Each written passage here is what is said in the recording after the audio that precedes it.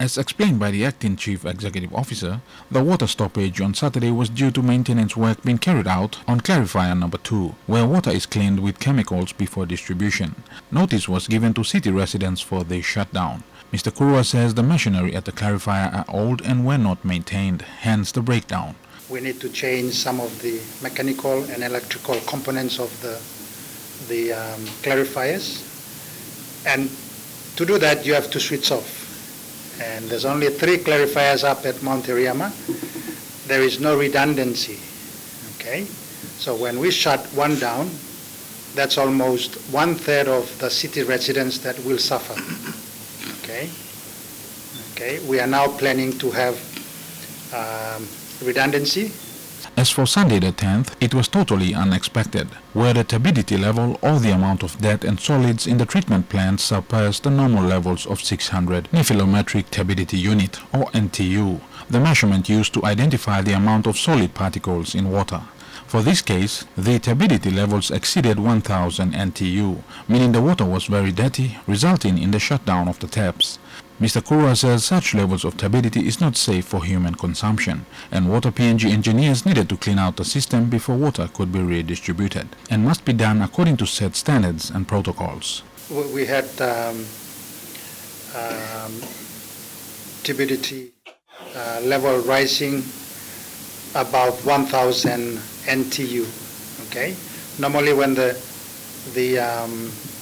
turbidity goes up to 600, we shut off the system.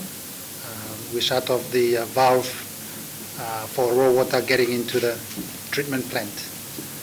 Okay, what happened yesterday is an extraordinary event. It's 1 in 30 years that the turbidity level went past the 1000 NTU mark.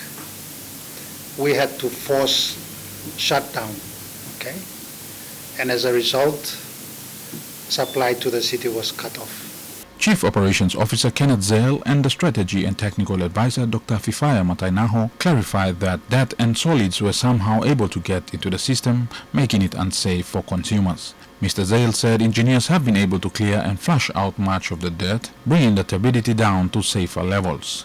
Our water quality team are also testing to ensure the quality of water is safe to consume. So we've got water to our reservoirs already, but we just need to test to confirm, it meets our standards. We comply with WHO standards, health department standards. We need to ensure that we comply and it's consumable.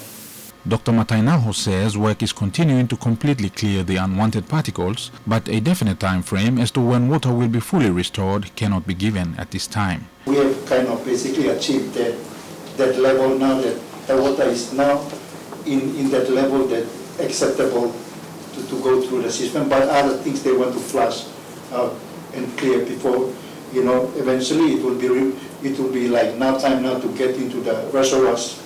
Port Moresby City uses 190 million liters of water per day. The reserve tanks have been refilled, and according to Mr. Kurua, about 50% of water has been restored to the city, with the other 50% expected as soon as full cleansing of the treatment plants have been concluded. Jaheb Akia, NBC National News, Port Moresby.